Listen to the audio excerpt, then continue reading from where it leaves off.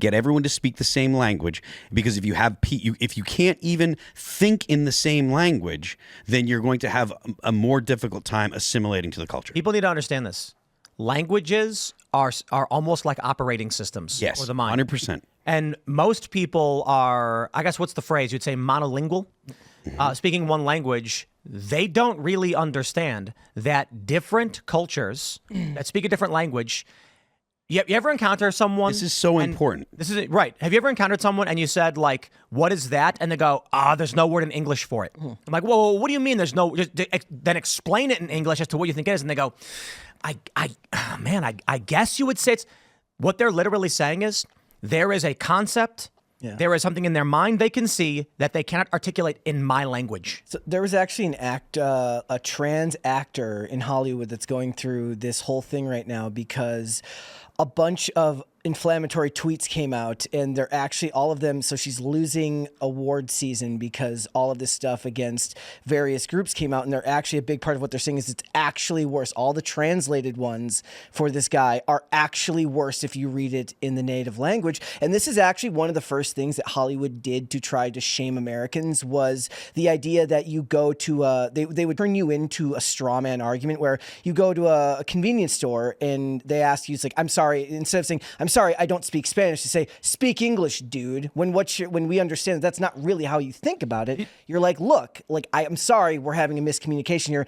I don't speak your language, but that's not interesting because Hollywood is self-hating and they want to portray anyone who isn't multilingual or multicultural as a bad person. So, thank you, right? So this is I've been all over the place, and giving thanks, expressing gratitude. I always thought it was funny that in Spanish it's gracias, right? And I'm like, that just sounds like you're saying gracious. So you're kind of conveying somewhat of a different idea. When I was in Brazil, I asked my friend, how do you say thank you? In Portuguese, it says obrigado. And I said, oh, okay, all right, that's simple. And then I saw a sign for parking, and it said something like obrigadorio or something like that. And I was like, why does the parking sign say thank you on it, or some form of thank you? And then I said, what does that mean? He goes, it says, it's like, he was explaining that parking sign says that you can't park here for this reason. And I said, why does it say that on there? And he goes, that means your obligation. And I was like, when you guys say thank you, are you saying that I am obligated? And then I started to think about this. And this is something probably linguists have known since they went to college, like their first course. How we express gratitude is conveyed in different ways. Yeah. And when you ask someone to translate it, they're not telling you the actual translation.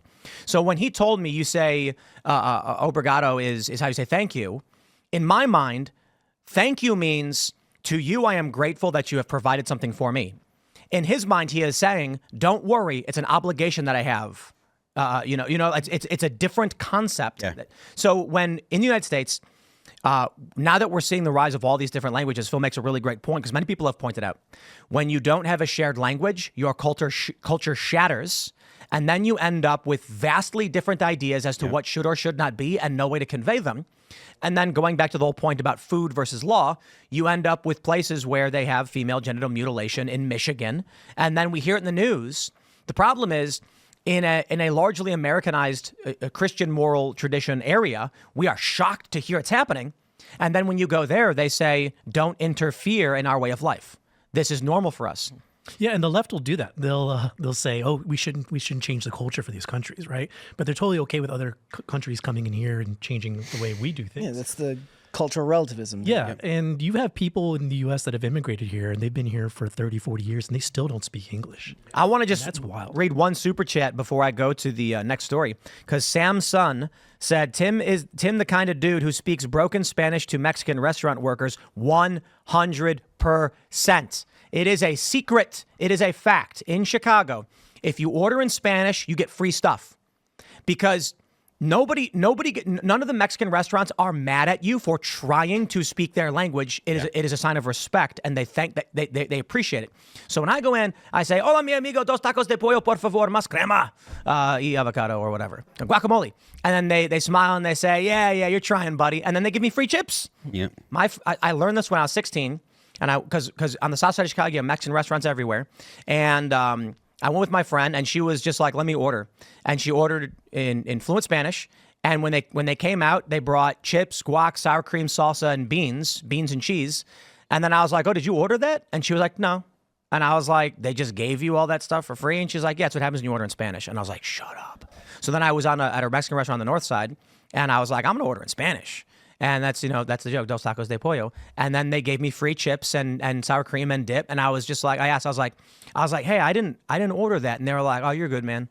And I was like, what? And now you're the gringo guy. And speak. You're trying to People be nice, appreciate from other countries you trying their language. Yeah. Thanks for checking out this clip from Timcast IRL. Make sure to watch the show live Monday through Friday at 8 p.m. Subscribe to this channel, and we will see you all there.